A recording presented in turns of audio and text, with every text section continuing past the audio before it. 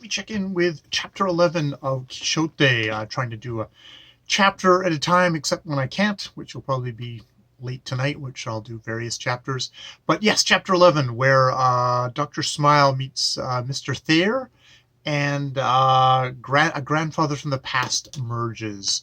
And yeah, so in this chapter, we get more of Dr. Smile, Ishmael, and his fentanyl empire, and him quite savvily setting himself up as a guardian against all the terrible misuses of opioids, when in fact it's literally the fox being put in charge of the hen house.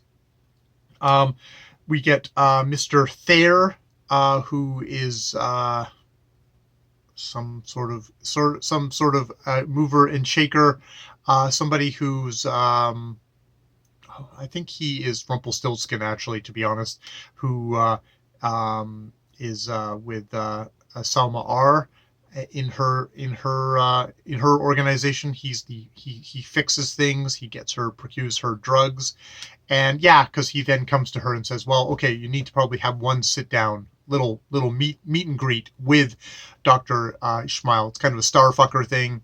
He'll bring his wife in, and Dr. Smile goes, oh, well, hey, I will bring in my my aged uncle, who's totally a fan of hers, which of course is Qchtt. Qchtt, who has sent a letter and a picture this time, and says, like, oh, he sort of looks like a actor. His name I cannot remember right now. He was the Heavy and Dave. He's been in a bunch of stuff, and his name completely went out of my head. But Selma R also has a shock because suddenly a memory resurfaces, and it's of her grandfather. Her grandfather that her mother and her grandmother told her never to be in the same room with, without a nanny or someone there. And she sort of rebels against it, thinking it's something to do with taking sides on the divide between them. But no, he prays, and he, as much as he prays, he also preys, and preys on little girls. He grabs Salma as a girl and kisses her. And at first he thinks, oh, maybe he missed my cheek, but then the tongue comes, and he does it twice and tries to get her, and she tells her mother and grandmother, who obviously are aware of it, and that's why they warned her. He is confined to his room for the rest of his life.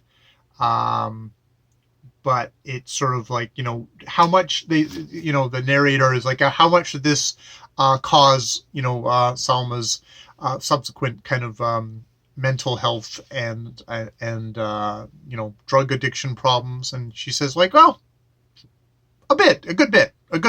You can't say 100% of anything, but yes. And Qchtt in some ways reminds her of this guy.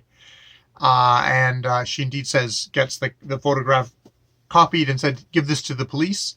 But she also kind of goes back and forth, because she looks at it and thinks, like, oh, he's got a better smile. He's not got that kind of lecherous smile of her grandfather.